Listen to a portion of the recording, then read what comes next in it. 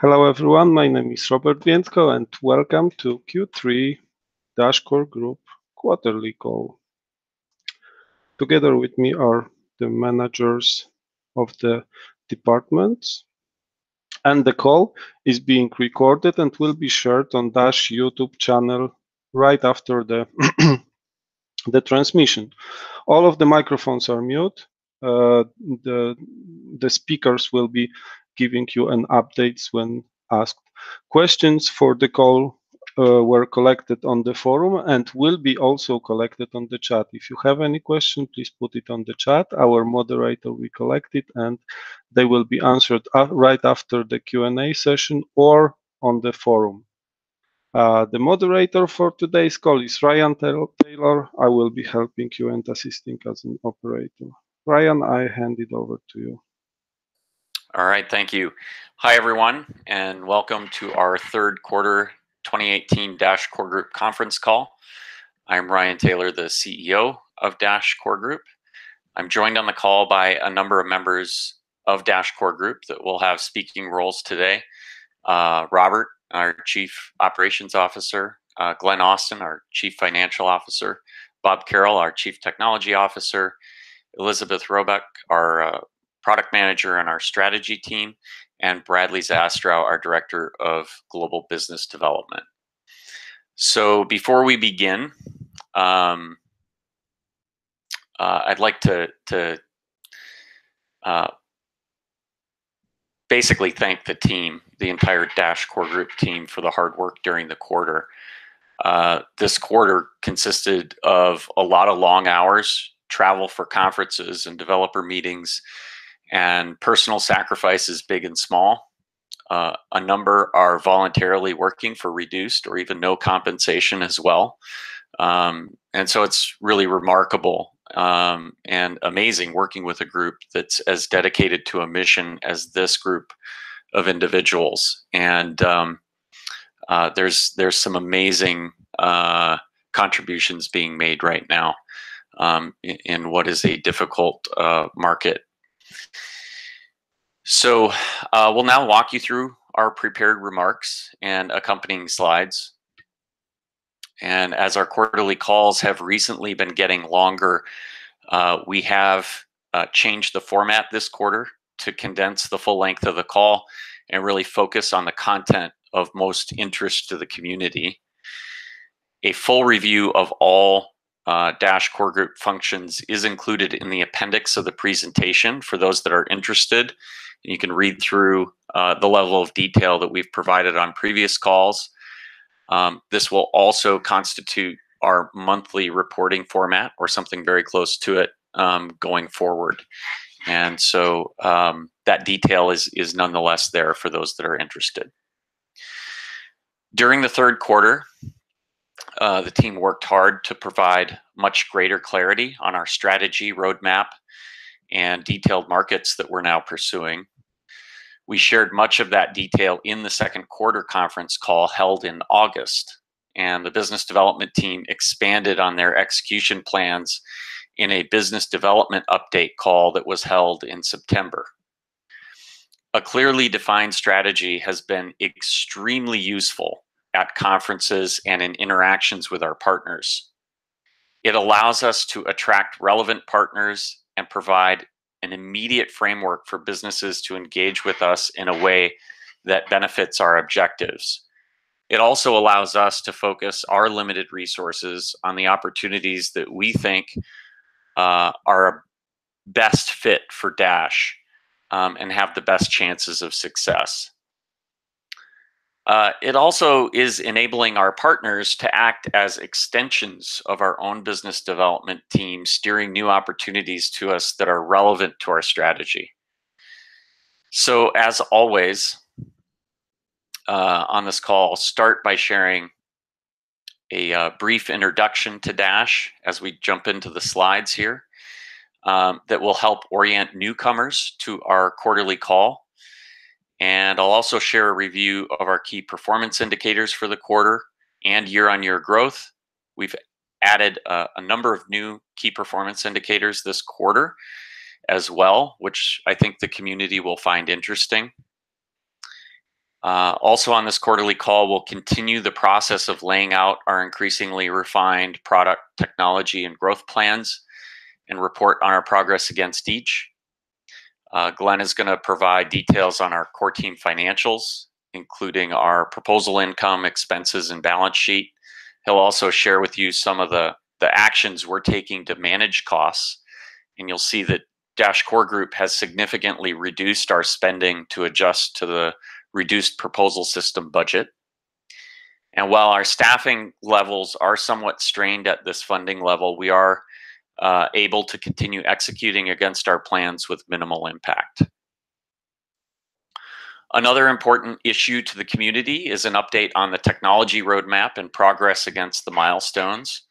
On today's call, Bob will share our accomplishments during the quarter, which include the publishing of 3 Dash improvement proposals, development progress on Evolution Layers 1 and 2, applications including Dash Pay, and improvements to our mobile wallets. Bob will also discuss delivery and his assessment of the improvement opportunities we have as an organization. Then Liz is going to walk us through an update on our products and how they align to serve the needs of our various stakeholders. We really aim to be mindful of all our stakeholders, including masternode operators, to make sure we're delivering improvements in all areas. Bradley will walk us through the major business development announcements during the quarter and illustrate how that aligns against our growth strategy that we announced last quarter. And although we announced the strategy in August, nearly halfway through the quarter, we accomplished many new integrations during the quarter that align against that. The cryptocurrency market as a whole remained challenging during the quarter. The second quarter marked the 3rd consecutive quarter of bearish conditions for the entire crypto market, which fell from about 257 billion to about 223 billion during the quarter, according to coinmarketcap.com. And this represents a decline of 12%. But for most projects, the impact was more severe because the total market cap includes new entrants to the market. In addition, excluding Bitcoin, market caps declined about 24%. That's because Bitcoin dominance continued to increase during the 3rd quarter. While the Dash price was no exception to the overall market trends, the currency fared relatively well compared with other currencies, with market cap falling about 18% during the quarter. This marks the 3rd consecutive quarterly decline for Dash. However, Dash did gain 2 positions in terms of market cap ranking, moving from number 14 to number 12, which is where it had ended the 1st quarter. Dash's price volatility increased about 10% during the quarter, but remains low relative to its historical average, and we'll go through those metrics as well. So despite the continued valuation challenges, the network showed a continuation of signs of progress towards our goals. Year-on-year growth remained strong double, triple, or even quadruple digits across a range of key metrics. And one of the new metrics we're tracking to gain greater insight into the use of the network is the number of addresses with balances over $1, or non-dust type values. And that posted growth of 5% during the quarter and about 1,300% year on year. So we're heartened by some of the metrics that we are seeing. Venezuela merchant adoption continues to expand at incredible growth rates, thanks to the local teams that are servicing the network on the ground there. The number of Dash accepting merchants in the country swelled from about 400 at the beginning of the 3rd quarter to around 1,600 by the end of the quarter. Dash Core Group contributed to consumer adoption through our partnership with Crypto Mobile, which experienced incredibly strong demand for their mobile phones, which came preloaded with a Dash ecosystem. And that really exceeded all of our expectations. Bradley will share more details on Crypto Mobile later in the call. Overall, I believe that despite the bear market we find ourselves in, Dash is demonstrating its potential to grow network fundamentals and continue executing our strategy as Dash Core Group. And I believe the key metrics really demonstrate our potential. We plan to keep our heads down and focus on our product, strategy, and growth going forward. So with that, we can get into the content here. So on this slide, we attempted to lay out Dash in one complete slide. And we think it's really important that we communicate a clear organization-wide understanding of our goal for Dash and what Dash can address in the market. We continue refining this message and the business strategy aligned to our goal. And this slide captures in one place that thinking. I can't overstate the importance of having a clear definition of what Dash is and what we aim to address in the market. Having that clarity makes our own decisions easier and enables us to attract partners that can help with our strategy. I want to make clear once again that Dash Core Group's strategy is not the only use cases for Dash. We've seen other organizations pursue opportunities that they've identified geographically or within an industry or for a specific use case. And we encourage these efforts and experiments to continue if they are good opportunities for Dash. At the highest level, we aim to make Dash a better way for people to pay and get paid. The ideal payment network is global, cheap, fast, secure, and easy to use. So everything we produce has those aims in mind. Dash is not only a currency, but a payment network with fast and cheap transactions, accessible with software applications that can make Dash easy to use for non-technical users. We need to address the needs of not only individuals, but also businesses and developers that build the integrations and applications that would utilize Dash. To address all of these needs, we need much more than the so-called layer one blockchain protocols that have long dominated the cryptocurrency space. We need to enhance the raw payment capabilities with messaging and data storage that enables custom enhancements and extensibility not available through most cryptocurrencies. We need a fast, scalable network to handle the load, and we need governance to ensure the network can steer resources towards its greatest needs.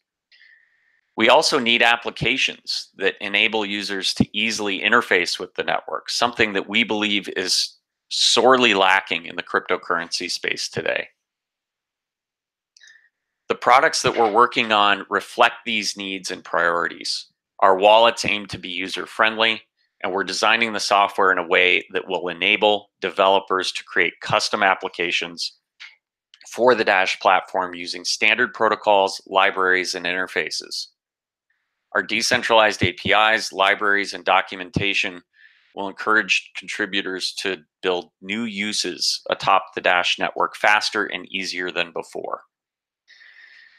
We also believe that we should focus our growth efforts in the areas that we see with the greatest need and greatest fit for the benefits cryptocurrency and Dash in particular has to offer.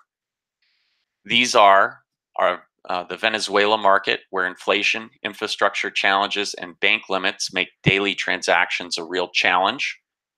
Cannabis and the CBD markets in the US, where high cash handling costs are a strong driver to move to digital payment systems, and for which other digital payment systems are not accessible for legal reasons.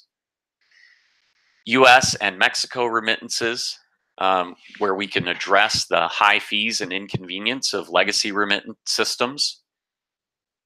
The online gaming market, where chargebacks make credit card transactions and debit card transactions a real challenge for that industry. And lastly, cryptocurrency traders, where arbitrage and security concerns can drive demand for instant transactions. Of course, our marketing efforts will need to extend beyond these 5 areas to reach developers, people, and businesses that will contribute to the growth of our community. And so our marketing efforts will extend beyond these 5 core areas. At the end of the day, Dash is really three things. We're a digital currency, a network to facilitate transactions in that security, and products that help users to access the network and utilize its features. Each of these are elements upon which we can compete within the payments market. And we think about each of these distinctly when we assess an opportunity and its fits for Dash. With a clear vision and strategy, we're well positioned to execute well at our current scale. It provides all of us at Dash Core Group with clarity over the markets we aim to address and the path towards greater adoption that we think makes the most sense. That results in greater efficiency and coordination across the teams internally as well. And it's amazing to see the effect that this has had on our own decision making and the decision making of our partners. So with that, I'd like to turn to our key metrics and walk you through some of the highlights that we saw during the quarter. So fees remained extremely low during the quarter, dropping another 5% and remaining well under 1 US cent. That was driven in part by the continued exchange rate decreases that we saw during the quarter. Volatility increased about 10% during the quarter, but remains low relative to our historical measures. High volatility is a potential barrier to adoption as a payment method. So over time, we'd like to see this metric continue to drop.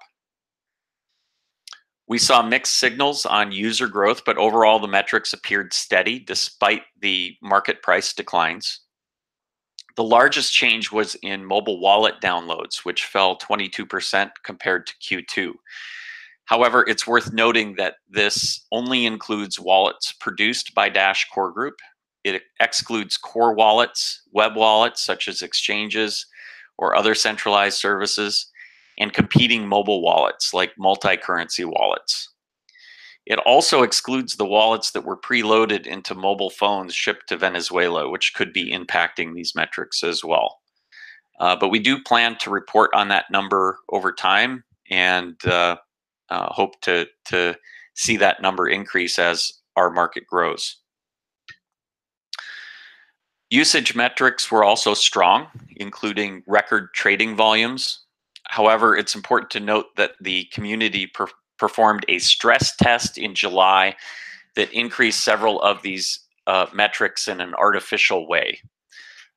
Stripping out Coinbase transactions, private send mixing transactions, and an estimate of the transactions that were involved in the stress test during July, we believe the number of real use transactions on the network was down about 10% during the quarter. And the footnotes, you can see some of those details. The stress test also drove down the percentage of network traffic that was instant send and private send transactions, since none of the stress test transactions incorporated those features. Of note, we're now beginning to track the number of instant send transactions for a portion of the last quarter. Prior measures were inferred from network fees, since instant send is not recorded on the blockchain itself.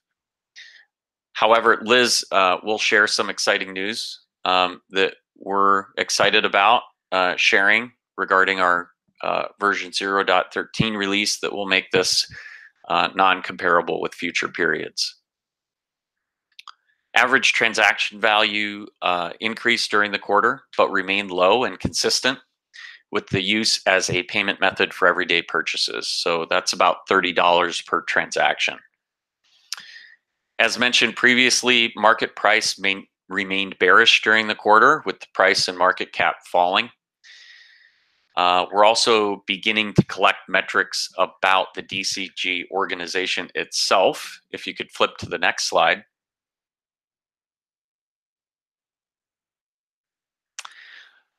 And we plan to report on these going forward. At this point, we don't have any quarter-on-quarter comparables to share with you, except for a few of our user support function metrics. Our market-facing infrastructure performed well during the quarter. Testnet did have a fair amount of downtime Dash Core Group does not completely control that network, and it is an important metric, though, for us to measure because we did have some issues with outdated nodes on the network, and it caused some availability issues. Luckily, with our named DevNet environments, this shouldn't hold up development work or any of the activities needed for partners to be able to test applications and things going forward, since they can create their own named networks. We did see a 12% increase in the number of user support tickets and resolved those on average within 24 hours. Our time to first response was about 1 hour and 15 minutes. And we plan to continue expanding the range of metrics we report to the network, both on the network itself and on our own operations. We just started this initiative to provide more transparency over our operation with meaningful and objective numbers on our performance. So having gone through the key figures, I will turn it over to Glenn to walk us through an update on finance. Great, thank you, Ryan. Hi, I'm Glenn Austin, the CFO of Dash Core Group. I will update you with, I will provide an update on our third quarter financial results. First, let's get some of the typical disclosures out of the way. Please note that we conduct all of our accounting in USD to provide a stable picture of our financials. Since we are using mark-to-market accounting for our holdings of Dash, we are not reporting in accordance with US GAAP. Also, all the reported numbers on the slides are in thousands, except for the percentages. So let me quickly review what we're going to cover here today. We're going to update you on our financial results. First, we will go through the balance sheet, walking through the biggest drivers behind the increase in our buffer versus last quarter. We will also update you on a number of accounting changes we have implemented. Following that, we will review the income statement, where we will go through the largest components of our spend and how it compares to last quarter. Finally, we will provide a brief, high-level wrap-up of the quarter. Let's dive into the content. As mentioned, we introduced a number of accounting changes to our financial statements to more accurately reflect our financial position. The biggest change on the balance sheet is introducing accrual accounting, which allows us to report our prepaid and accrued expenses. Because of this change, previously reported financial statements have now been adjusted to reflect the updated methodology. Walking through slide 9, which is the balance sheet, our assets increased to $1.8 million, or 36% quarter over quarter, driven primarily by increases in two specific accounts: core team salaries and legal. We are in the middle of aggressively rebuilding our buffer in core team salaries, having gone from $50,000 at the end of Q2 to $322,000 at the end of Q3 to approximately $500,000 as of today. The short-term goal is to get 3 months buffer in this balance sheet line, which would imply holding approximately $1.3 million in this account. This would put us in line with what most other organizations hold in their buffer related to compensation expense. In our legal account, representing about 20% of the balance sheet, the $367,000 balance included an amount set aside for an expense we owed for our quarterly tax payment and other outstanding liabilities. Overall, our legal buffer is healthy and is now sufficient to cover our run rate for the next several months, as well as to cover the entirety of our fiscal year 2019 tax liability. A full 74% of the balance sheet consists of 4 accounts: business development, core team salaries, legal, and marketing. A substantial portion of these accounts, with the exception of legal as of September 30th and today, are held in USD cash. On the liabilities side of the balance sheet, we had approximately $430,000 in accounts payable and accrued expenses. These are primarily for the work our subcontractors performed in September. These amounts were paid out in the beginning of October. Finally, under equity, we generated a little over $700,000 in net income during the quarter. I think that's the perfect segue to now discuss our income statement. Next slide, please. On the income statement, we introduced a new chart of accounts and a new methodology for revenue recognition. The new chart of accounts better reflects the nature of the expenses we are incurring. For revenue recognition, we now capitalize fund flows from the network when Dash Core Group serves simply as a pass-through entity. Specifically, for instances when the Dash network approves funding a particular initiative and Dash Core Group serves as simply a pass-through entity, we have now decided not to include the receipt of Dash's revenue, and we don't recognize the payment of Dash as an expense. Instead, these types of transactions flow directly through our balance sheet and don't affect the P&L. Given that background, let's dive into the numbers. Dash Core Group recognized revenue of $2.6 million from the Dash network in the third quarter of 2018. Moving on to the expense side of the income statement. Expenses quarter over quarter were lower by approximately 45%, driven by double-digit percent reductions in spend in every single expense line with the exception of occupancy costs. In the third quarter was challenging, and we needed to rapidly scale down our cost structure by focusing on cutting down on discretionary expenses.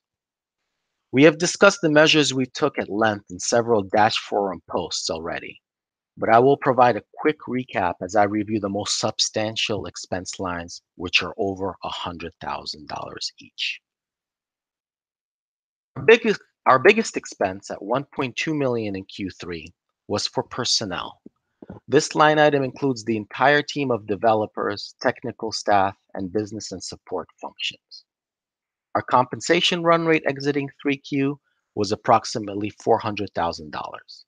These expenses dropped 27% quarter over quarter, primarily due to members of the board of directors and senior management voluntarily reducing their salary. The second largest expense was $225,000 for business development, marketing, and public relations expenses. The primary costs were related to integrations with business partners, strategic partnerships, expenses related to conference attendance, and our public relations expenses. We slashed costs related to these initiatives by 73% quarter over quarter by carefully reviewing all of our business development costs, stopping all sponsorships of conferences, and getting a substantial reduction in our public relations invoice from our PR partner. Finally, the last category where we spent over $100,000 was professional services. The bulk of these expenses are for third-party services related to legal expenses, for drafting of contracts, engaging with regulators, exploring a legal vehicle for Dash Ventures, and other initiatives detailed out in 2 legal proposals submitted to the network over the last few months.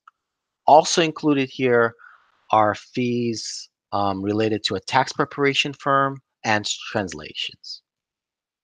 Moving on to our gains and losses. As we liquidated Dash over the third quarter, we experienced losses. This was expected given that the price of Dash declined 18% from July 1st through September 30th and was substantially lower than it had been throughout the first half of 2018. Going forward, I would expect the exchange gain or loss line to be close to zero, since we aren't really holding much Dash on our balance sheet, and we are liquidating Dash or using Dash to pay invoices almost immediately upon receipt.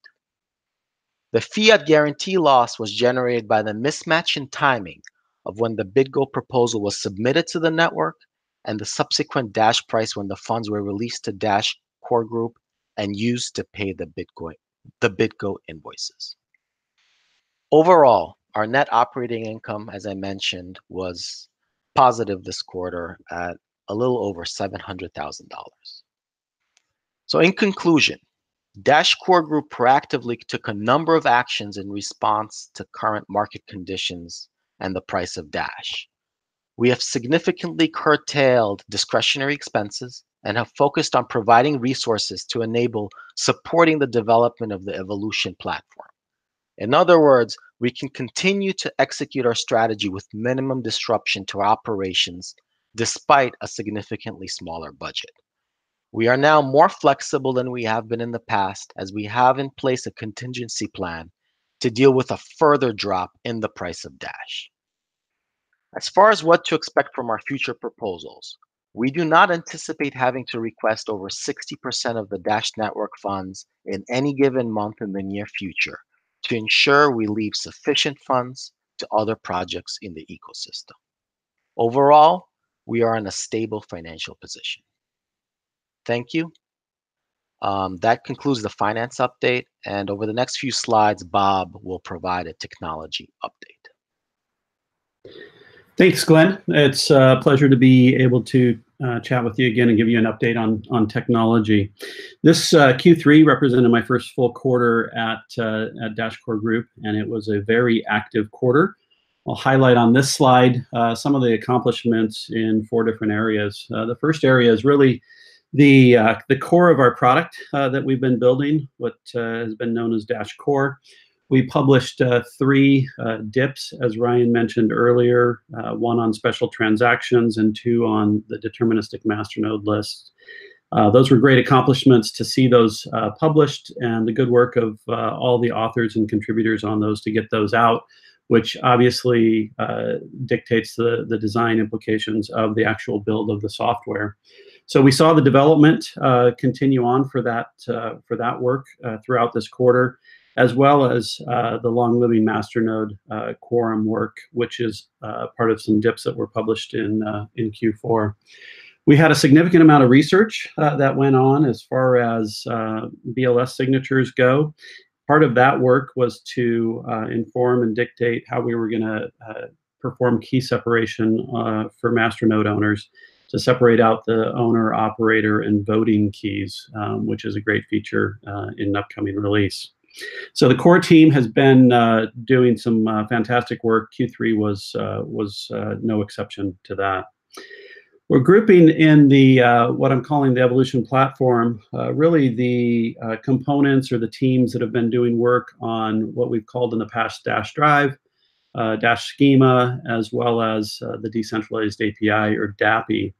The development continued on throughout that quarter. We did not have a release of any of that. That was individual components being developed in individual repositories, with an effort to define and deliver an end-to-end integration of all those components with Core. That end-to-end integration was planned for Q3. We were hoping to get to it. Unfortunately, we did work towards it, but we did not get to it complete in Q3. The asterisk is really to indicate that that has since been accomplished, but that wasn't something we could take advantage of or take credit for in Q3, despite the good work. The purpose of that was to know that we had integration checked off the list, and that all further development efforts would be done in an integrated environment, not leaving a large, complex, arduous task for the end of our development roadmap, which would be a mistake. So the team's been very proactive in getting that into place. The third area of development and delivery in this quarter is the area of application development. We've talked a lot about Dash Pay as an app, and there's a lot of discussion about what we call these overall. The term dApps and DApp have been thrown around inside and outside our organization, and I'd like to give a little bit more shape to that today. The term dApps is broadly used in the blockchain world, and sometimes you'll see it defined as decentralized applications. Sometimes you'll see it defined as distributed applications, and oftentimes they share the same characteristics or the characteristics of both. What we're going to call dApps really refers to all of that. However, throwing our Dash logo in front of it really means that they're Dash apps. They're the first apps going to be built on the blockchain for Dash, and we're very excited about those. And we've defined 2 that took some shape during Q3. The first one really being our wallet, or Dash Pay, which has a user-friendly design for broad crypto adoption. We're excited about the work that's been done on that. And that uses the platform. It uses an application protocol to get to some complex storage structures and the things that we consider the platform. I say DApps has been a little confusing because we actually use similar terminology that sound very similar inside the organization. But to clear that up, we use a protocol to get at the platform, which is the decentralized application protocol, not to be confused with the applications that we're actually building. We also made some significant progress during Q3 on a reference DApp that we will be delivering to the community. That is not one necessarily for production that we're using for crypto adoption, but more so for our community to learn how to build applications on the blockchain. And what we did was we built one using the Memo application that Bitcoin Cash had developed. We took that and basically Dashified it. It's a web app that has a Twitter-like application functionality for it. It's for sharing memos or what would be considered tweets in the Twitter world that users can then either like or resend, tip, meaning financially tip somebody if they wanted to do that. And it has the features of using blockchain users as well as the validation against the contracts and verification using a form of two-factor authentication to ensure that the user who is performing that is actually the correct user. So that is something that we've had developed internally during Q3. You'll see more on that in Q4. And that's a good segue to community because we are doing a lot of work to prepare the community for the full release of Evolution 1.0. In the quarter, I had the opportunity to visit with multiple partners on site in their offices, and that was great. So if you're on the call today, I appreciate your hospitality and your welcome. It was helpful for us as we get more and better informed on product, as well as how we can communicate more openly and properly with the community. It helped us in our planning for website design, as the marketing team will discuss, and specifically in how we can enhance a developer portal and provide the necessary tools, definitions, and tips there. We also worked on our repository plan for taking the Evo repositories and making them public. That hasn't been finalized yet. And if we flip to the next slide, we'll talk a little bit about the timeline and the path for delivery of Evolution. The important thing here to note is that we really have three parallel development paths towards getting to Evo. And my intent here is to ensure transparency with the community, as well as to set and manage against expectations internally for us as an organization. As you know, core is really the foundation of Dash and the protocol. And right now, we have just released to testnet our version 0.13. We announced earlier in the month renumbering of versions. And specifically, it was to highlight in this release the significance of it as a major release. And part of that was because it had breaking features, but part of it was also due to the functionality that was put into 0.13.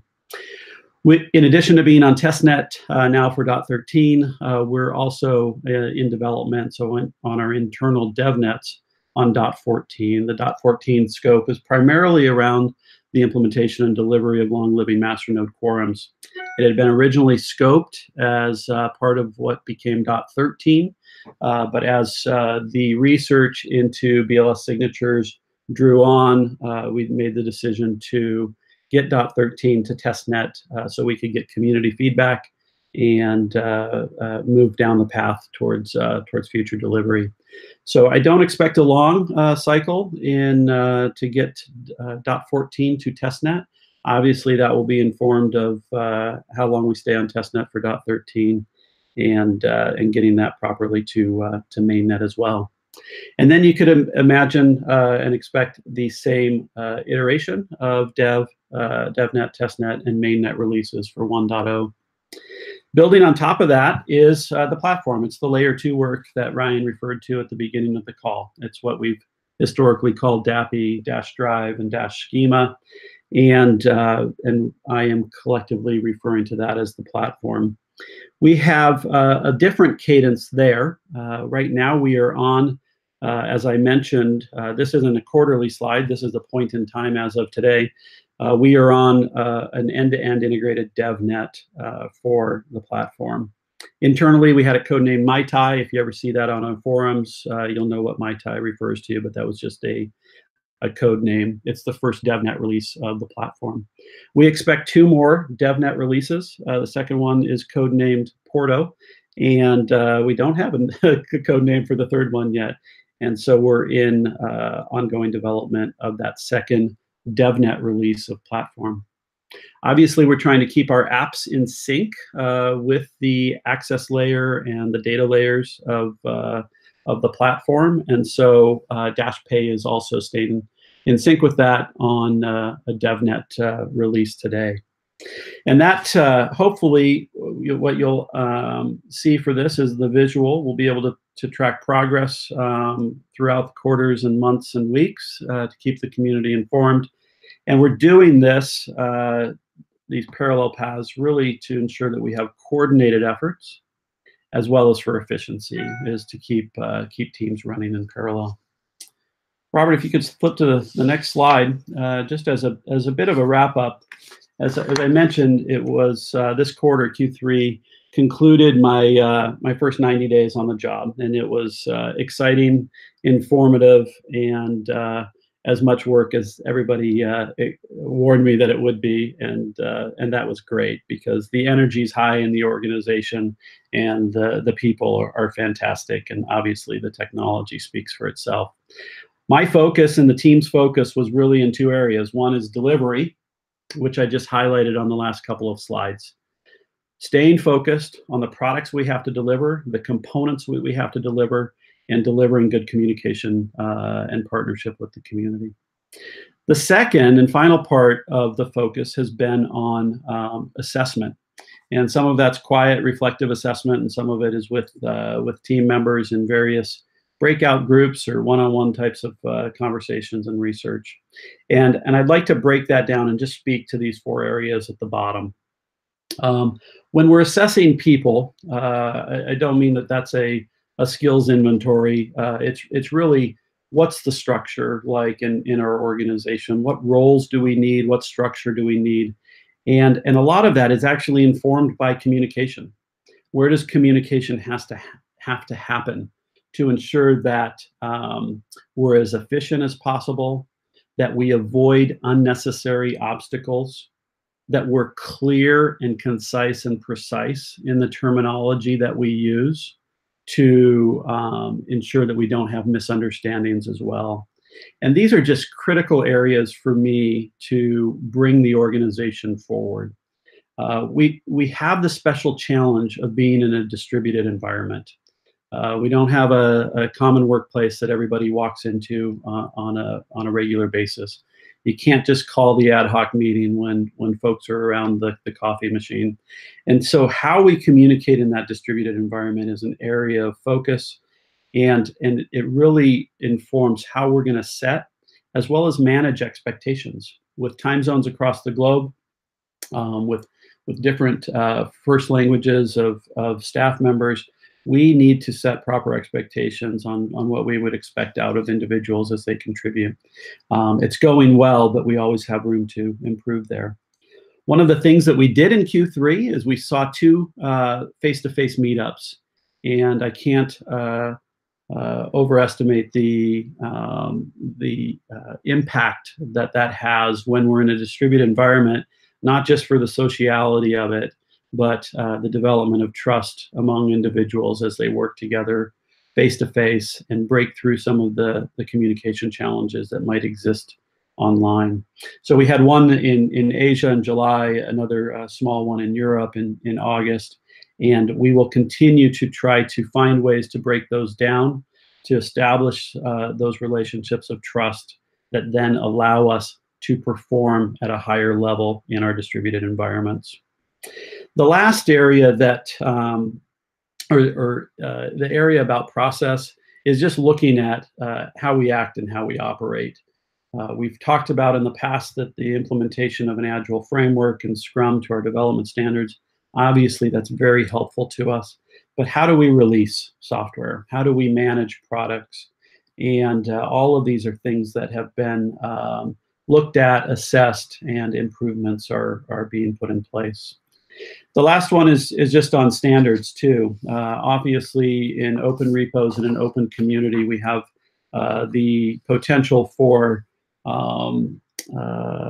individual differences as far as how people have coding standards or how people code inside of repos, how repos are named, shared, and some of the procedures inside of there. And so kind of leading this charge for us has been Nathan to help us look at how we can improve on that to perform at a higher level, as well as to, again, manage those expectations as people participate in the development of this as an open project, and as Evolution moves to an open public repository, to ensure that that code base is as clean and as standardized as possible, because we know that clean code pays off dividends as well.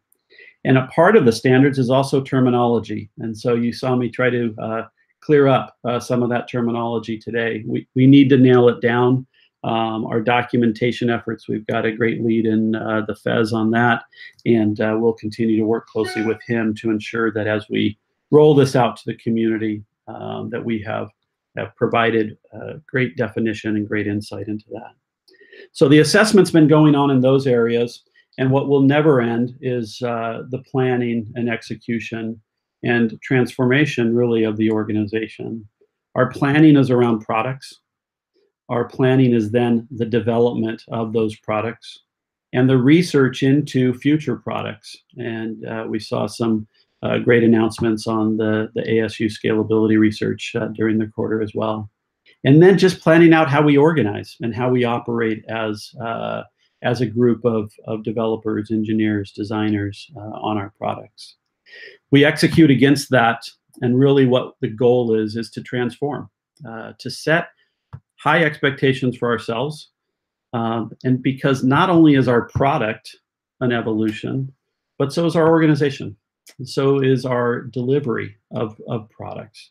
And what we're focused on is really excellence in innovation and quality. What we're doing for the blockchain is extremely innovative. What we're doing and how we're delivering it is we're ensuring that that quality is there.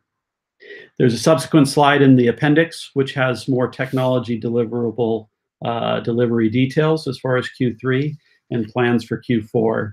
But this concludes my section for this part of the presentation. And I'll turn it over to Liz with product. All right. Thank you, Bob. One of my main goals right now for product is to help translate all of that incredible work the development teams have done and continue to do into consumable user-facing products that our target user groups can relate to and understand. This is why we are breaking down our product into these three basic elements. Our focus is on payments. So what do we need to make a payment? One, we need something of value or that represents value, otherwise known as a currency. And two, we need a way to get that value from party A to party B. So we have a system to facilitate payments, and we have applications people use to access that system. As we saw at the beginning of the presentation, our product fits into a fairly standard platform business model in that we basically have a multi-sided ecosystem with users that fall on what's generally referred to as the contributor side of the platform. So this would be our developers and network operators, as well as the actual end users that ultimately consume the products and services made possible by the system and its contributors. Carrying that concept into this slide, this shows a high-level view of products and features we're working on for each of our user groups. So starting from the bottom up, in light green, we have updates to the currency and the general payment system that serve as sort of the foundation for our products and will benefit basically everyone who uses our system. This includes, for the near term, features like what we just introduced to testnet over the weekend. So the addition of another private send mixing denomination to improve the flexibility of private transactions, automatic instant send for simple transactions at no additional cost to the user, So simple transactions are transactions with 4 or fewer inputs. And these actually represent over 90% of transactions on our network today. So the gross majority of transactions are about to get faster at no additional cost to the user. This was that exciting new feature Ryan mentioned earlier in the metrics section of the presentation. And finally, we're introducing the deterministic masternode list so clients can use a single source of truth to verify transactions. In a subsequent release, we're also going to introduce long-living quorums to improve the scalability of the network. All of this really lays very crucial groundwork for evolution and will make possible some of our more anticipated features like blockchain users, which allow users of the system to create usernames on the blockchain. Evolution also includes the introduction of the architecture that makes it possible to create dApps on our platform, and will serve as the basis for the ecosystem of exchange we are hoping to create. There is one item here in gray which represents features for our network operator user group, and in this case, our masternode owners. We are introducing a third masternode key as part of the 0.13 release that we just introduced to testnet. Currently, masternodes have 2 keys: the owner key to prove ownership of the masternode, and the operator key, which owners use to both operate and vote. And we are breaking that operator key into 2, the operator and the voting key, which will basically allow for more flexible use of the masternode. So for instance, if the owner wanted to delegate voting only to a third party, which creates some kind of interesting possibilities for new business models around masternode ownership. The items in dark blue represent features and products for our developers. We will provide a series of code libraries for evolution so developers can choose which language they want to build in, as well as tools for using DAPI, which is the decentralized API that will allow developers to securely connect clients to the network without having to worry about running a full node. We will also provide developer documentation to educate developers on how the system all kind of works. In light blue, we have features being offered to the individuals and businesses who will use the front-end applications built on our system. A couple of things not shown here, but still definitely worth mentioning as substantial accomplishments for product in Q3 and the beginning of Q4 include first the rebranding of both the iOS and Android versions of Dash Wallet, which gave them a really fresh new look and feel, as well as the Uphold integration on the Android version, allowing users to buy Dash without having to relieve the app. A key part of our evolution rollout also includes the planned launch of the DashPay dApp, which is a wallet that includes the blockchain user functionality to provide a really user-friendly payment experience that will feel a lot like Venmo, PayPal, and your other traditional payment apps. The MVP of DashPay includes the high-level epics listed here. So first, the ability to create an account, meaning create a blockchain user for yourself. The ability to add contacts and manage them through usernames. And of course, the ability to send and receive payments with those contacts. And the hope is that we will not only create a really valuable experience for end users, but also get developers excited about the possibilities this creates for future use cases and future dApps. We also plan to add these features to the existing Dash wallets so that our more kind of crypto-savvy users who may prefer these wallets can take advantage of them in the apps that they're used to, which will retain a little bit more flexibility than DashPay, which really aims to abstract away as much complexity as possible for the average user. That's it for the product update, and I'm now going to hand it off to Bradley to talk about growth. Thank you very much, Liz. For those who don't know me, I'm Bradley Zestra, the Global Head of Business Development for Dash Core Group, and I'm pleased to take you through our growth update today for the third quarter. As the first phase of our growth team, we presented the business development strategy to you in the third quarter, and we communicated that our focus will be on 5 pillars based on where we saw the greatest need and greatest fit. To quickly recap, the greatest need was where we saw the currency being broken and the focus being Venezuela. The greatest fit being where cash-based industries and a focus on U.S. cannabis, high chargebacks and a focus on gambling, remittances and specifically the Mexico-U.S. corridor, and then also cryptocurrencies with instant send integration within exchanges. I'm going to speak to you today about three things briefly: the partnerships we launched and how they fit within our larger campaign strategy, some of our additional activities, and then finally where we're going for the fourth quarter. In Q3, we launched 6 partnerships, which was an average of 1 every other week.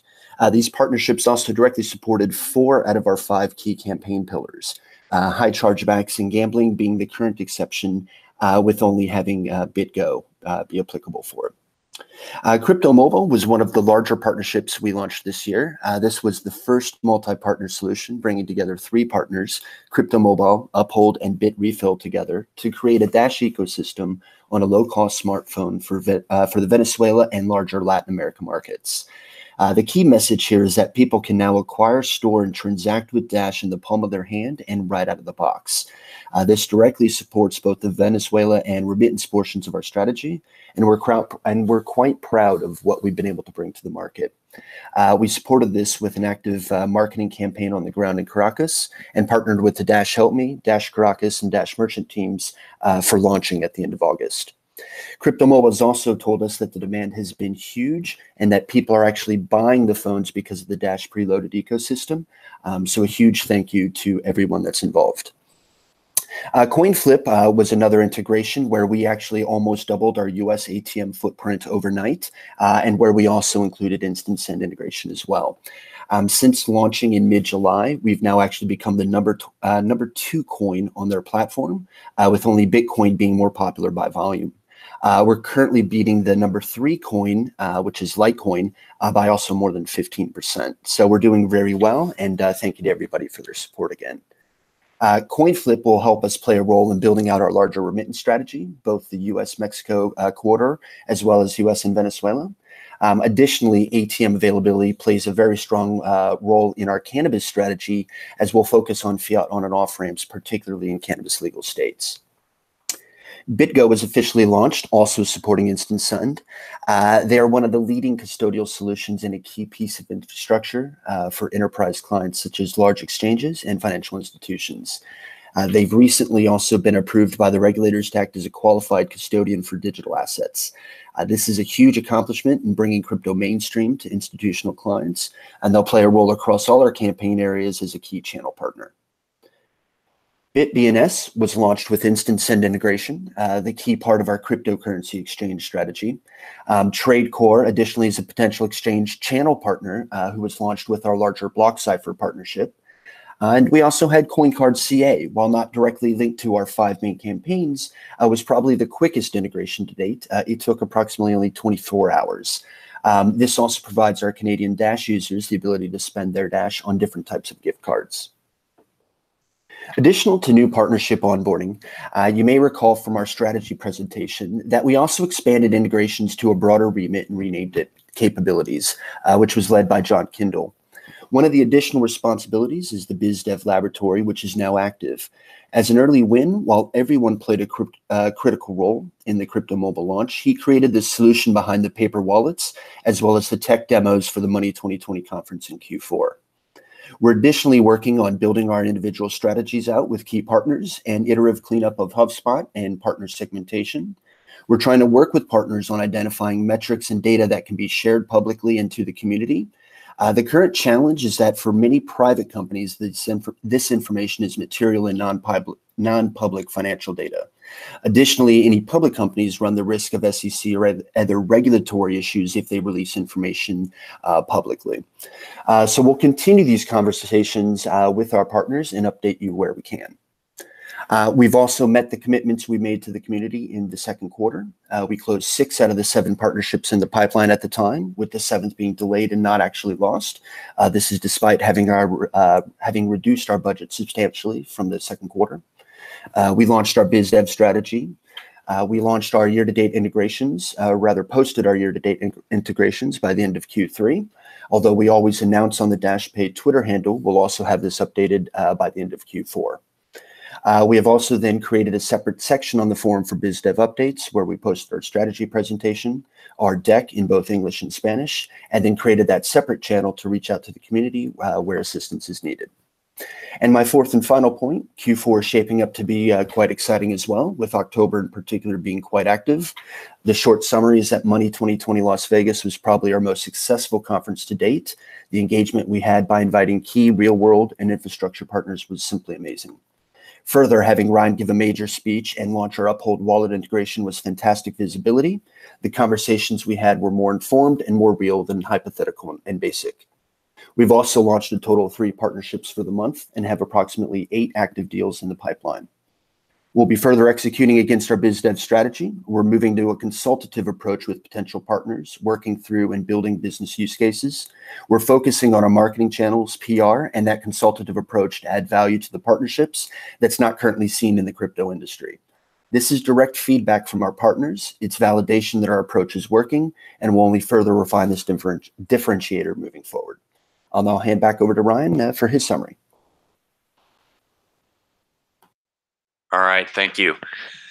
So the Dash Core Group team has really continued to be heads down and focused on delivering great user support, great product, and expanding the set of services that are available on the network through business development. And we continue to make significant progress against our strategy. We're executing in a more cohesive way across the various teams, including our products, HR, marketing, business development, and finance. The process of maturing the organization to cope with our current scale continued, and it's always difficult to conduct change for an organization, but I think especially so in a declining market, as it affects excitement and enthusiasm on the team and in the community. I really want to thank everyone that's helped ensure that we continue to expand the team in the right ways and build our products and ecosystems under these circumstances. And I think that they're doing a great job. On the legal front, we did continue our efforts towards creating Dash Ventures. So I wanted to provide an update on that. Dash Ventures is a wholly separate entity through which the network will be able to make investments in equity, assets, debt, or any other investment vehicle on behalf of the network. This entity will create entirely new ways to invest in the growth of our ecosystem while generating new diversified streams of income that will further strengthen the network and make it more resilient and stable. Creating this structure is a new legal territory, as discussed on the previous quarterly calls, and it's already taken a considerable amount of time to research. We have experienced a number of legal hurdles along the way that were not anticipated at the beginning, but we believe we have a solution on hand that mostly does what we want, with some reasonable restrictions on bank account locations, the tax efficiency, and the governance oversight provided by the masternodes that we would like. A final validation of that legal structure is expected this week, and we plan to publish a full description of the legal entity and how it will function later this quarter. It is reasonable that setting up such an entity would be a matter of a month or two after the design is complete, and would be fully functional shortly after that period of time. This entity will be another huge differentiator for the Dash network and should enable investment in proposals for which grant funding makes little sense because of either high risks or high costs associated with the proposal. This enables proposal owners with high capital requirements to offer something in return to the network, or for startups that have a high likelihood of failure to offer something of value to the network. As revealed in previous calls, we are pursuing as well a no action letter with the Securities and Exchange Commission. We continue to engage with the staff of the SEC to seek no action relief, confirming that Dash is not a security for US securities law purposes. At this time, we don't have any guidance to provide as to whether or when we might receive a formal response, but communication does continue on an ongoing basis with the Securities and Exchange Commission. In closing, the team has continued to execute the often grueling work necessary to execute our strategy in a challenging market and with a challenging budget. I can say I'm very proud of the work the team completed during the quarter. Dash Core Group and the Dash Network continue to mature and evolve in positive ways, and I hope we can maintain our momentum going into next year. I also would like to thank Andy Freer for his contributions over the past 2 years. As many of you know, Andy was our chief architect for the design of Evolution and for converting Evan Duffield's vision into paper and design. He's done a great job being true to that vision throughout the process. He stepped down from the role a week ago to focus on building apps for Dash, and I'm really glad that he has the confidence in terms of where the developers are in the team to carry the protocol design forward and complete the execution. I think having an end-to-end integration functional on DevNet was kind of a milestone that he needed to feel comfortable with that decision. And so I think it really speaks to the maturity of the development team and where they are and understanding the protocol and being confident in their ability to execute it, that decision was possible for Andy.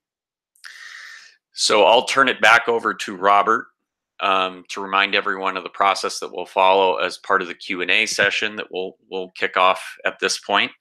That does conclude our prepared remarks for the call, and we'll spend the remainder of the time here answering as many questions as we can. Robert? Thank you very much, Ryan. Hello, everybody. So right now we will go through the Q&A session. As a reminder, the number of questions were collected from the forum. Those were most of the time non-technical questions. Technical questions will be answered on the forum directly after the call. I will collect the responses and answers from the management team and will publish them eventually on the forum. There were a couple of questions collected by Michael. Thank you very much, Michael, from the chat. I will publish them as well. I will read them as well if there is enough time. We are estimating to dedicate 30 minutes for Q&A session max. So let's start. First question, or actually three first questions are to Bob.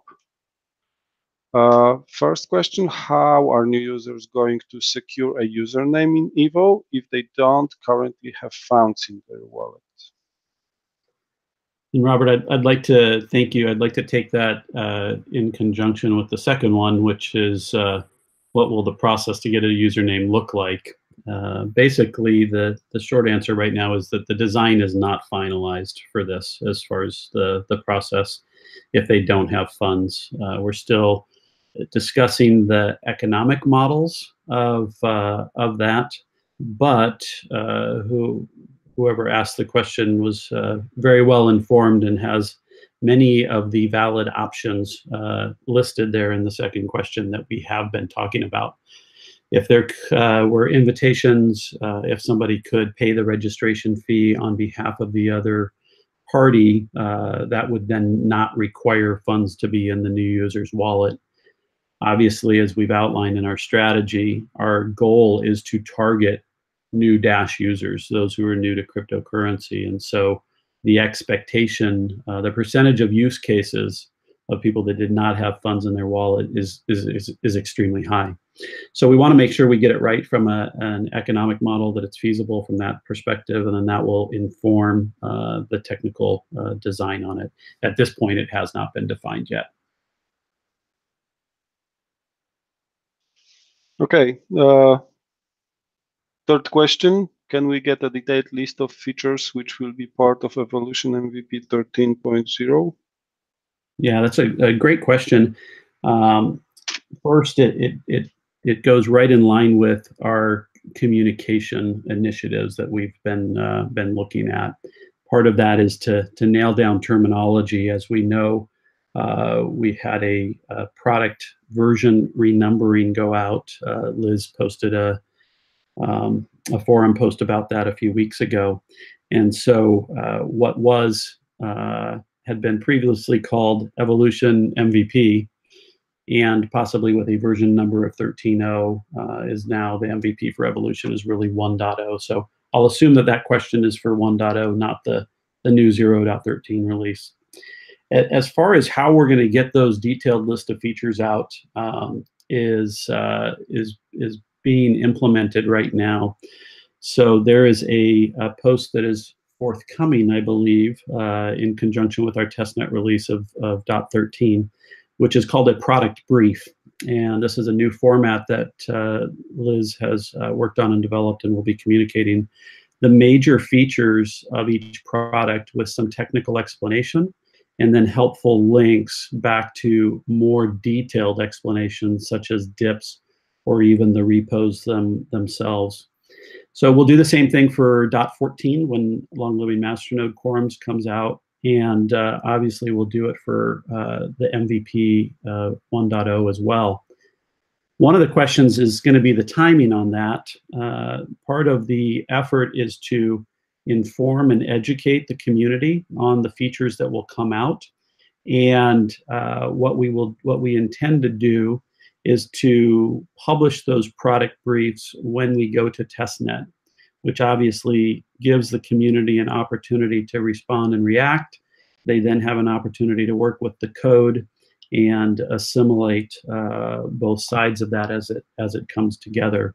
So the timing of the detailed list of features for Evo would probably come out when we go to testnet on that release. Now, obviously, the level of detail that somebody may be looking at is going to be different from stakeholder to stakeholder. The product brief will hit very general community. I'm excited to get, I think we're all excited to get feedback on the product brief that you'll see for 0.13. We'd love feedback on it. We think it's a great piece that will be very informative, and then again, can be replicated as far as structure and timing. If we're looking for greater detail, especially in the technical realm, then obviously that's dependent on repos being public. As I mentioned, we have not determined the exact date of when the Evo repositories would be public. We've been discussing whether or not we would go public with them all at the same time. There's probably at least 4 major repos, or whether we would release them at different times to let, to not have this big bang effect where you have to really get into detail on all of them. So when that comes, when those are made public, obviously the level of detail of the exact product features will be very granular, because you'll actually see the implementation of them. So right now, the product brief on MVP 1.0 would not be out until we go to testnet on that. Again, give us feedback to let us know what level of detail you're looking at. But the 0.13 product brief, I think, is going to be a great example, and we hope that we're hitting the right level of detail there. Thank you very much, Bob, for this complex answer. Let's move on. Question 4.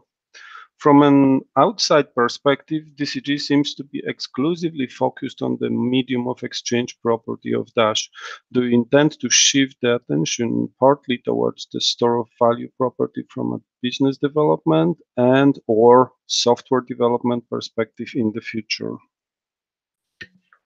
Yeah, I'll take this one in conjunction with question number 5, which is, how do you plan to balance technological advancement needs of medium of exchange with the stability and trust needs of the store of value property in Dash protocol going forward? I think that like any cryptocurrency, Dash can be used for both. It's our philosophy and belief that if you are a great medium of exchange, the economy running across the platform would grow over time. A growing economy on the platform over time would also provide price stability. As the ratio of speculation on future value succumbs to actual use and value, that should have a stabilizing effect on the price over periods of time. Having a stable value directly feeds into store of value. So in short, what I'm saying is that store of value follows being a good medium of exchange in our belief. I don't think you can start by being a good store of value. I think you start by being a great medium of exchange and providing value to people in that way. And so I think as the ratio of speculation drops relative to the amount of actual economy running across the Dash ecosystem or platform, that is where you'll start to see store of value become more prevalent as a use case. Just looking at the cannabis market in the U.S., I think it's unlikely that dispensaries will keep large stores of Dash in the beginning when they're unfamiliar with the platform and unfamiliar with Dash and its price movements. I think that they will use it as a mechanism to make payments and to their vendors, receive payments from customers, etc. But I don't think that they'll be seeking to store the actual value of their businesses in Dash in the beginning. But I think that as comfort levels increase over time, that's where you'll start to see some of that store of value use case prop up, and the comfort level begin to increase. But I think it takes a long time to get there, and a large economy has to develop as part of the Dash ecosystem before that can happen. Great, thank you, Ryan. Fernando, I believe the next question is to you. What is the new Dash website release date? Yes, the expected date is late November, early December at the latest. We are pretty advanced. The project has been growing in scope a lot. As Bob said, we even have been planning for some developer portal, and we have some design done for the time Evolution comes out. Right now we have almost all the design finished. The build has been partially delivered.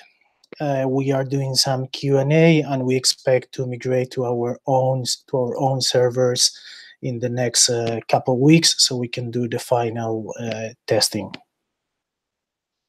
Thank you. But question number 7: where are what's going on at Dash reports? Ryan, maybe you. Yeah, what's going on at Dash reports? We missed the September and October months after doing our report in August, mostly because we started working on a new format. We got feedback from the community that the reports were highly detailed, but it was impossible to extract what the changes were from one month to the next. Oftentimes we were reporting these 2 weeks apart, and the only way to really extract the information needed was or desired by the community members was to compare the two reports and see how the reports change between the activities that were reported last time and what we're working on now. And that was not easily digestible for a lot of people. And so we decided that collecting the information in that format was not providing value. We have altered the format, and we're going to be extracting a summary from that format to make it easy for people to find the most important nuggets of information on the progress that we're making month to month. The first iteration of that is included in this deck as an appendix, or a version very close to that is basically where we've settled. And that should allow the community to more easily stay up to date with what we're doing. And with a summary attached to it, it should make it easier for people to get a quick update on the most important changes that occurred. So we are going to be resuming that process going forward.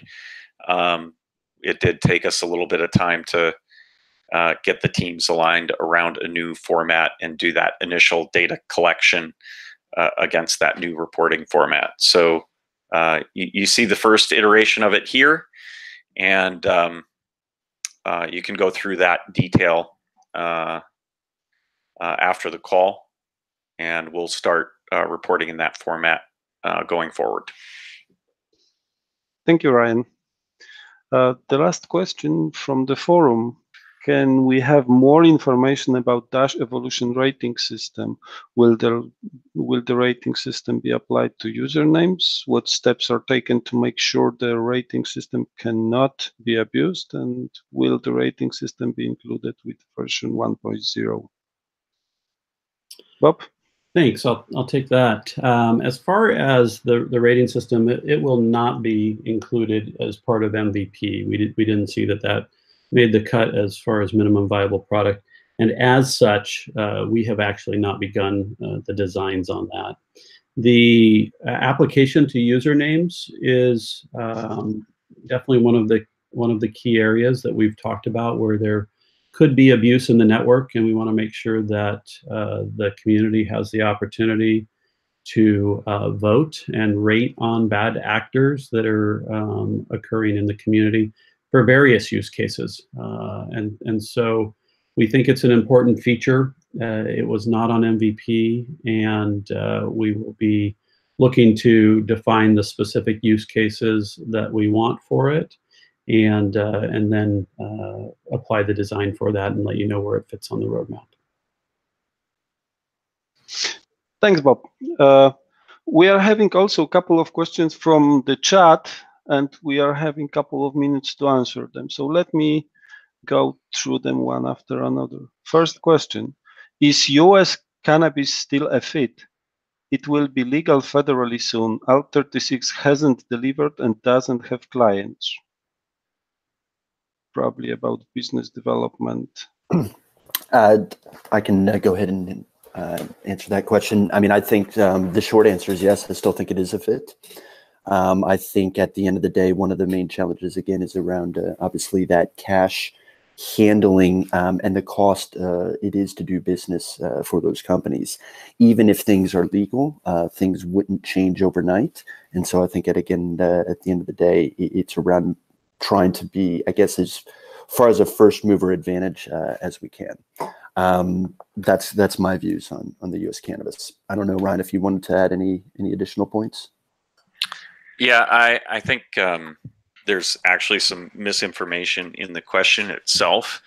There are active clients on the Alt36 platform. There will be announcements coming this week at MJ BizCon.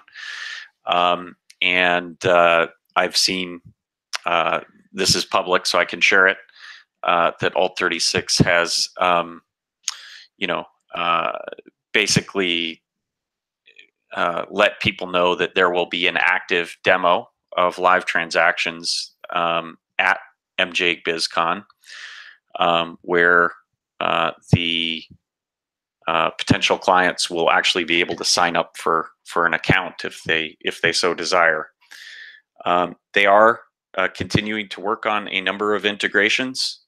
They get extremely positive responses from businesses that they interact with. And I think that the challenge is they don't necessarily want to always share, in a forum, a new announcement or a new integration. Those integrations have to complete and usually go out as part of a joint press release. And so I think it's hard for them to, be fully transparent with the community about the progress that they are making. But the progress is significant. And that definitely gives me a lot of assurances that we are truly on to something, and that Alt36 has probably the most sophisticated product in the market that goes far beyond just payments that cannabis businesses are interested in. And so I do have a lot of confidence that they're delivering, that the integrations are happening, and that businesses are actually beginning to use the platform. So I think you'll see more information this week, and more information trickling out over the following months.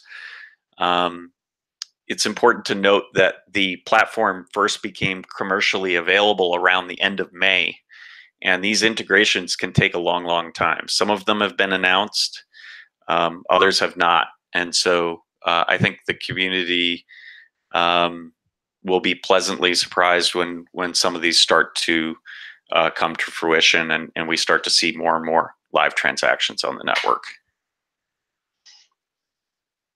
Thank you. Thank you, Brad. Thank you, Ryan. The next question, actually very interesting. Isn't this the right time to increase the block size? 3 million transaction is a handsome number, but we need more. I mean, I'm happy to take that one. I think that we will have a debrief on the results of the stress test. It will definitely be informative for us in making a decision around further block size increases.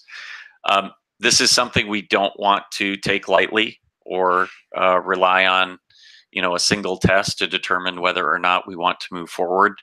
There are implications for the network operators, including the masternode operators, to have hardware necessary to support a higher block size. Right now, organic traffic doesn't really dictate that we would need to do that. And so, do we want to require our masternode owners to have significantly upgraded hardware to handle network load that is not required at this point in time? I think there's also questions to ask around, how comfortable our engineers are with various aspects of the code under evolution, and whether or not that would create any stresses or strains on other components. And so I think it's a complex thing. I think it's great that we got 3 million transactions in 24 hours. It obviously really backs the robustness of the network, and is a headline number for sure. And very proud of the network's resilience that it showed throughout that stress test. But I think we as always want to be very prudent about further block size increases and don't want to just act too quickly on such an important decision. I think it does back up the ASU research that was conducted that shows that we could safely move to a higher blockchain or higher block size safely. And I think it's a balancing act between all of those things I just mentioned. Ultimately, I'd love to see the continued growth of the transaction counts in order to justify us starting to bring it up further. But there are some downsides to increasing the block size. So we'll have to weigh it. We'll consider it, and we will evaluate the results so that we're making an informed fact-based decision around it, and ultimately make a recommendation to the network on whether or not to pursue another blockchain block size increase. Ryan, I just add that, we're happy with the ASU research, which informed us to the fact that we can do it, right? So we know that the feature technically is available. We can make it ready. I think, just weighing it out against other priorities, we don't need to throw it in at this point in time. And so as we stay focused on some of the other commitments that we've made to the community as far as product features and product roadmap, we wouldn't want to divert it until maybe we're closer to having it be a necessity, in my opinion. Okay, thank you. Next two questions are actually connected, so I will read them both. Can we get a summary of what evolution actually is? And can we now see the 60-page white paper mentioned by Bob in the last update? And the next question is, even to Andy Free resigned, will this non-public document document be definitive document going forward? Is there an updated public evolution roadmap document? Yeah, I'd love to take that. I would love to publish the EVO white paper. It was a document that I was not aware had such, that did not have as broad a distribution as I would have expected it. I've been working with our communication or our documentation team on defining some of the critical documents that exist in the organization, and there are a number of white papers, and I couldn't tell you right now whether they were public at one point in time and then kind of not made available anymore. But there's a series of white papers from the 2016, 2017 timeframe that I would like to make public because I think they represent history. Obviously, they wouldn't represent current state. And yet I think that there is great value in them. We have internally converted the Evolution white paper, EVO 1.0 white paper, to Markdown. And I will take that question as a request to make it public, and we'll beat that up in the organization. I'll need to take that to some other folks for their input. I would like to. Like I said, I think it has great value. Obviously, it's dated, and so it doesn't represent all of today's current thoughts, and that's the danger in publishing it. What we have talked about, obviously, where it is informative and of great value, is as we're putting together user documentation, tutorials, how-tos, and reference documentation for EVO, is there are components of that white paper which are relevant, and the structure of it is very important. So we were going to at least use it as informative to build all of the documentation that would be open to the community.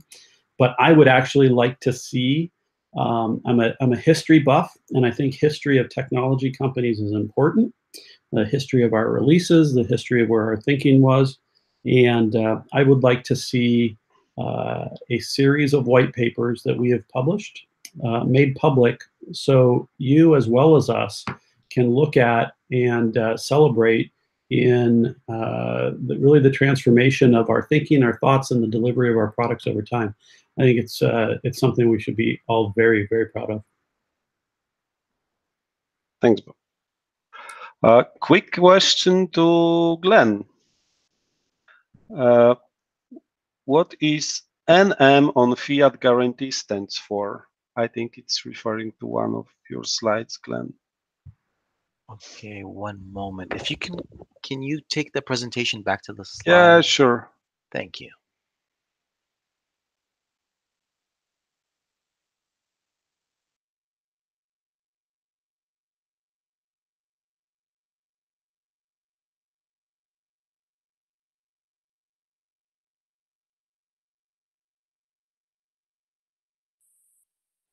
Here is in income statement, the Oh, that column. just means not meaningful.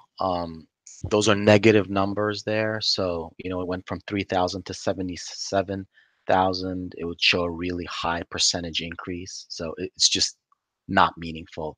I put not meaningful in terms of percentage changes that are above 100%, just because increases from 0 to 1,000, for example, are not meaningful. So yeah, hope that clarifies it. Thank you. Thank you very much for clarification.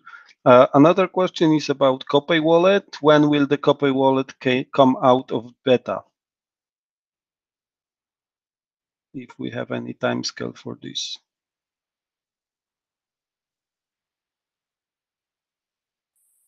I mean, I'll take a first crack at this. We do have some communication that we plan to come out regarding Copay and our plans for it going forward in the next few weeks. We've been trying to make decisions about what to do with Copay. Copay was originally intended as the front end for Evolution. And that was the reason we took up that project in the first place. It was a popular wallet, had some features that were to be included long-term in the Evolution roadmap. That included multi-signature capabilities. And as the Evolution design began to take hold, and we became more familiar with the underlying code of Copay, which is not well structured. It's it's very difficult to maintain. We drew the conclusion at some point that it would basically hinder our development efforts going forward to use that as the front end for the DashPay wallet. We nonetheless completed the project in order to put Copay out there and provide a multi-signature mobile wallet for the community. It is in beta right now. It's publicly available. Anyone can download it. The critical bugs have all been worked out. But at this point, it's very clear that it doesn't have a place in Dash Core Group's future roadmap as far as a core wallet that we see a great deal of growth around. Most users don't have multi-signature capability requirements. Most users would be of the category that we would steer them towards the DashPay wallet with very simple functionality.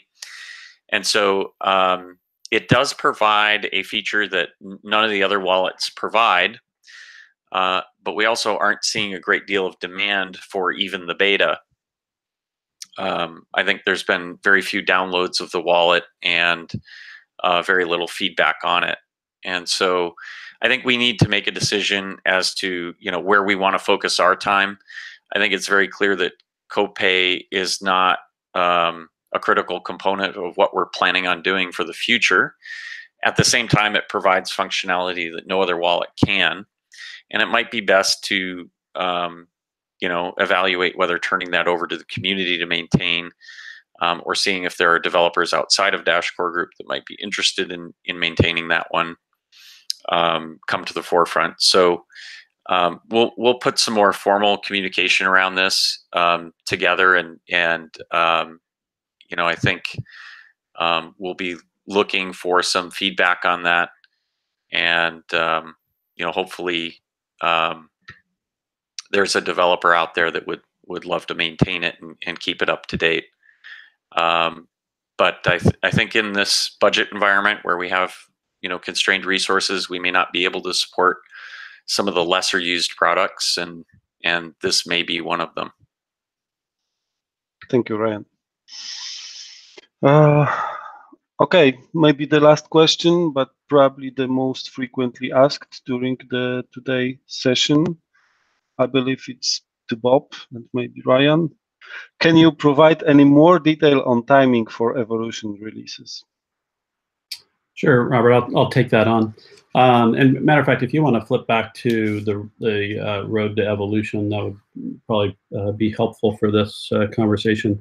First of all, I'd like to say that it's impossible to give specific dates on this based on the fact that we have such critical feedback that is required at each step. So even between where we are right now on testnet for .13, which obviously has only been there for a couple of days, how that is, how the quality and the performance of that works informs us just getting to mainnet. Between each mainnet release, adoption again is critical. And so if we look back in history, obviously this is just a point in time looking forward, but if we look back at the 12.3 release that we pushed out at the beginning of July, adoption was a bit slow on the mining community. And unfortunately, we're not in complete control of the entire community as far as their upgrade paths go. But so there's critical mass that we need to get to on each of these. So that's where the difficulty of the timing comes in. we have much clearer. So right now we're on testnet. I cannot even give you a date on when .13 will get to mainnet because of the fluctuations and the variables that are in that. So, I hope you can understand and appreciate the fact that it'd be very difficult to give you a date on 1.0. But probably the best date, the closest thing I can give you a date on is when 14 might be on testnet, and I don't have a date to share with you on that. But as we are bringing up, as features are feature complete or code complete, we obviously know when we're moving into QA cycles, how the code quality is and the code coverage as far as that testing goes. We will become better at this. This is one of the opportunities that we have as an organization to improve upon. It's communication, it's laying out timelines and milestones. You're looking at a dozen milestones on here, and so we will continue to set milestones. We'll provide estimates on them, and then we'll measure against them and see how we do after that point.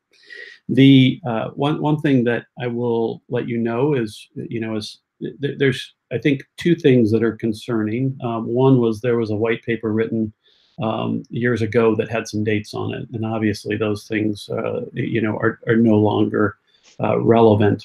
The second one is that the repositories are private, and oftentimes people say, "Are you guys even building anything?" And my goal is to make those repositories public at the soonest possible time, so people can have an understanding of the amount of work and great work that's going into this. One of the things that impacts a timeline is often scope. And I would say that our team is very focused on MVP. We are avoiding scope creep. Those are discussions that we have as a product team, as development teams. And so I'm pleased to say that, because that is how timelines never get set or delivered on, is when scope creep continues to happen. So hopefully what I'm trying to articulate to you today is we have good management practices around this. So management practices that were not in existence whatsoever 6 months ago at DashCore Group. And so I'm very pleased with that. We have milestones, and the next milestone, obviously, as a prerequisite, is the .14 release.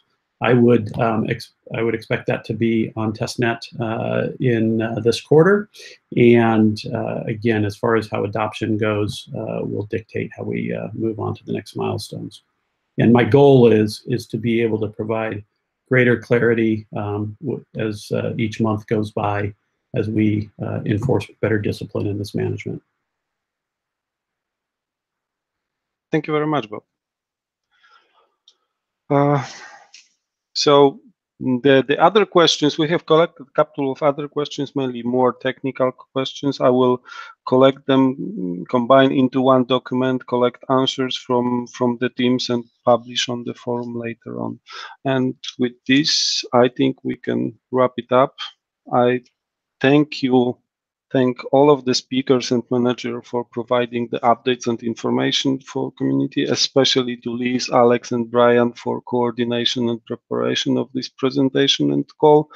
Thanks, Michael, for chat moderation, and of course all of the community members for participation and your continuous support and fantastic questions. Thank you very much, and bye everyone.